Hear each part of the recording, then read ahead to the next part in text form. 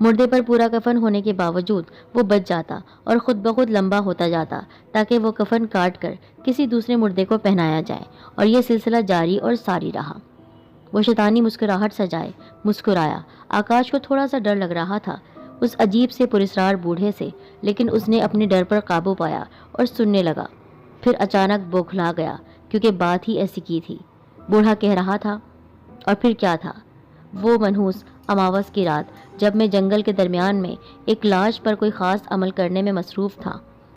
آؤ ساری بدرو ہو، میرے پاس آ جاؤ، اس لاش کی ساری طاقت میرے جسم میں منتقل کر دو، آ جاؤ، میں تمہیں بلا رہا ہوں۔ لیکن یہ کیا؟ اتنی چیخ و پکار پر بھی وہ نہیں آئی۔ میرا کوئی جادو کام نہیں کر رہا تھا۔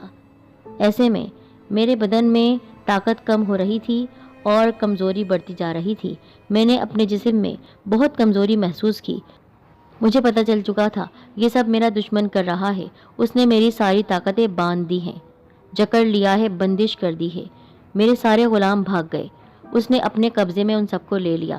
میں پاگل سا ہو گیا۔ ایک رات جنگل میں پھر میں اپنی طاقتوں کے بارے میں سوچ رہا تھا۔ وہ کفن بھی میرے ساتھ ہی تھا۔ مجھے آج پورا ایک ہفتہ ہو گیا تھا اور میں نے کسی لاش کو زندہ نہیں کیا تھا۔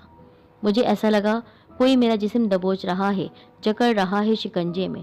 پھر اچانک سے ایک بدرو نے میری آنکھیں نکال دی۔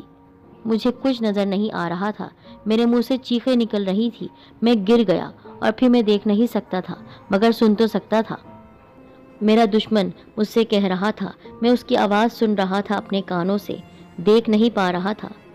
بہت کمزوری تھی، نڈھال ہو چکا تھا۔ کہنے لگا مجھ سے، بتا کس میں طاقت ہے، کون ہے طاقتور، کون ہے کمزور۔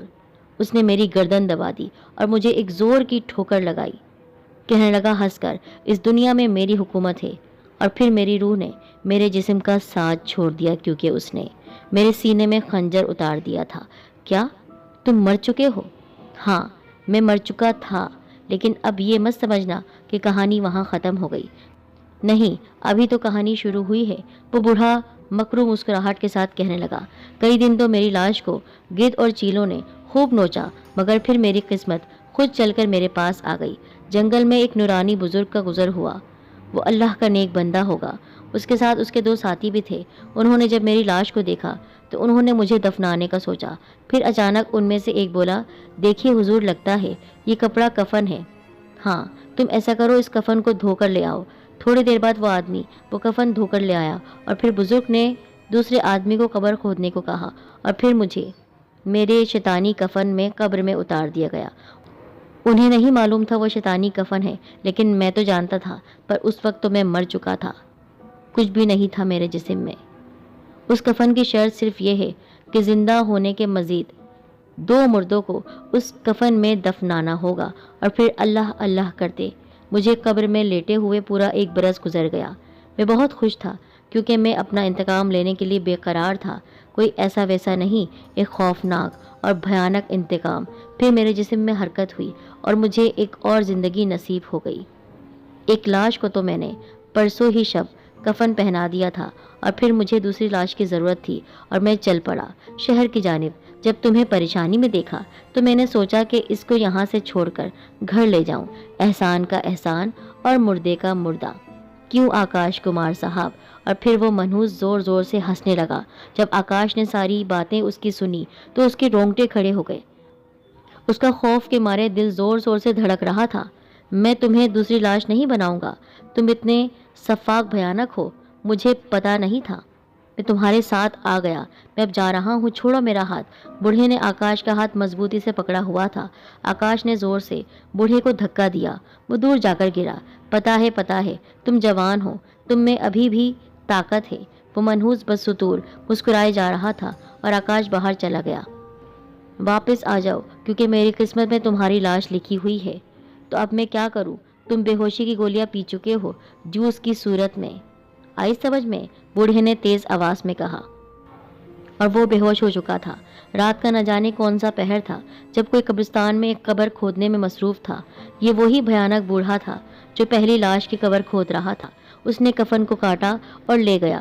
تھوڑی دیر بعد وہ آکاش کو شیطانی کفن پہنانے میں مصروف ہو گیا۔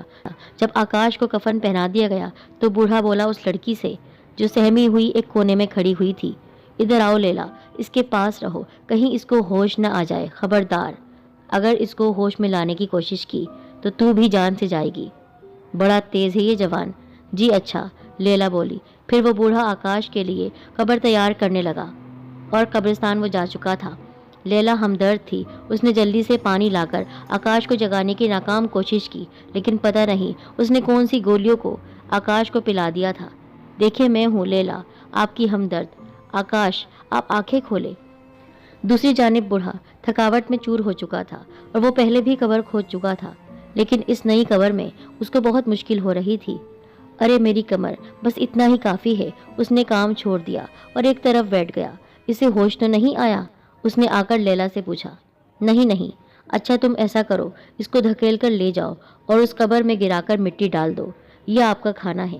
لیلا آکاش کو دھکیلتے ہوئے اندھیرے میں گم ہو گئی اور بوڑھا کھانے میں مصروف ہو گیا۔ کچھ دیر بعد لیلا اندھیرے سے نکلتی ہوئی آئی اور اپنے ہاتھ اور کپڑوں کو جھاڑ رہی تھی۔ لگتا تھا وہ اپنا کام ختم کر آئی ہے۔ ہو گیا کام؟ جی، آپ خود دیکھ لیں۔ بوڑھا قبر کے پاس گیا۔ شاباش، اب میں اصل حالت میں آ جاؤں گا اور پھر سے جوان ہو جاؤں گا، اور پھر تو میرے ساتھ رہے گی۔ اچانک سے موسم نے پلٹی ماری اور ایک دم سے موسم تبدیل ہو گیا۔ تیز آندھی چلنے لگی، ہر طرف مٹی ہی مٹی ہو گئی، اور پھر جو بوڑھے نے منظر دیکھا، اس کی سانس بند ہونے لگی، اس کے رونگٹے کھڑے ہو گئے اور اس کی آنکھیں پھیل گئیں، کیونکہ وہ منظر ہی اتنا بھیانک تھا۔ قبر سے وہ کفن اڑنے لگا۔ تیز ہوا کی آوازیں ماحول کو ڈراؤنا بنا رہی تھی اور کفن تیزی سے اڑ رہا تھا۔ اب اس کا رخ اس بوڑھے کی طرف تھا۔ یہ کیا ہو رہا ہے؟ وہ کفن تو میری طرف آ رہا ہے، میں نے تو دونوں لاشوں کو دفنایا ہے۔ نہیں، ایسا نہیں ہو سکتا۔ وہ بوڑھا اندر تک کانپ رہا تھا۔ نہیں بوڑھے، تیری دوسری لاش اب بھی سانس لے رہی ہے، کیونکہ میں نے آکاش سے کفن اتار کر پہلی والی لاش کو پہنا دیا تھا، اور تیری اس نئی قبر جو تو نے کھودی تھی، اس میں وہی پرانی والی لاش کو دفنا دیا تھا، اور آکاش کو پرانی قبر جو کہ کھلی ہوئی تھی اس میں رکھ دیا تھا۔ بس اب میں بے گناہ انسانوں پر اور ظلم نہیں ہونے دوں گی۔ بہت ہو گیا، اب تم سے چھٹکارا حاصل کر کے رہوں گی۔ لیلا ہر وقت اس کے سامنے خاموش ہوتی، آج اس نے اپنے اندر کی بھڑاس نکال لی۔ تو شیطان بوڑھا ہے، تو شیطان جادوگر ہے۔ دوسری طرف قبرستان میں ایک قبر ہل رہی تھی، بری طریقے سے ہل رہی تھی۔ یہ میں کہاں ہوں؟ یہ تو قبر نہیں ہے، میں تو زندہ ہوں۔ آکاش کو ہوش آ گیا تھا اور وہ اپنے آپ کو قبر میں دیکھ کر ڈر گیا تھا۔ جب اس نے اپنے اوپر دیکھا، قبر اوپر سے کھلی ہوئی ہے۔ شکر ہے اللہ کا، میں زندہ ہوں اور قبر بھی کھلی ہوئی ہے۔ اسی وقت آکاش قبر میں کھڑا ہو گیا اور لیلا کو پکارنے لگا۔ وہ دیکھ رہا تھا وہ بوڑھا لیلا کو مسلسل مار رہا تھا، برے طریقے سے پیٹ رہا تھا، لیکن اس کے اندر اتنی طاقت نہیں تھی۔ یکدم وہ کفن اڑتا ہوا اس کے نزدیک آ چکا تھا۔ اس نے بوڑھے کے جسم کو لپیٹنا شروع کر دیا، اسے دبوچ لیا۔ اس کے منہ سے ایک چیخ نکلی، اس نے پکارنا شروع کر دیا، کوئی ہے جو مجھے بچائے، چھوڑ دو مجھے۔ کفن نے اسے اتنا دبوچا کہ اس کے منہ سے خون اور گوشت کے لوتھڑے باہر نکلنے لگے۔ کچھ ہی دیر بعد وہ ٹھنڈا ہو گیا اور کفن نے بھی اسے چھوڑ دیا۔ طوفان بھی تھم چکا تھا۔ وہ لڑکی بھاگتی ہوئی آکاش کے پاس آئی۔ تمہیں کچھ ہوا تو نہیں؟ تم ٹھیک ہو نا؟ ہاں میں ٹھیک ہوں، تم جلدی سے باہر آؤ۔ ہم ایسا کرتے ہیں، اس شیطانی کفن کو ہی جلا دیتے ہیں، نہ یہ بانس رہے گا نہ بجے گی بانسری۔ اور پھر وہ دونوں اس کفن کو جلا چکے تھے اور وہاں سے جا چکے تھے۔ کیا بھیانک انجام ہوا اس جادوگر کا۔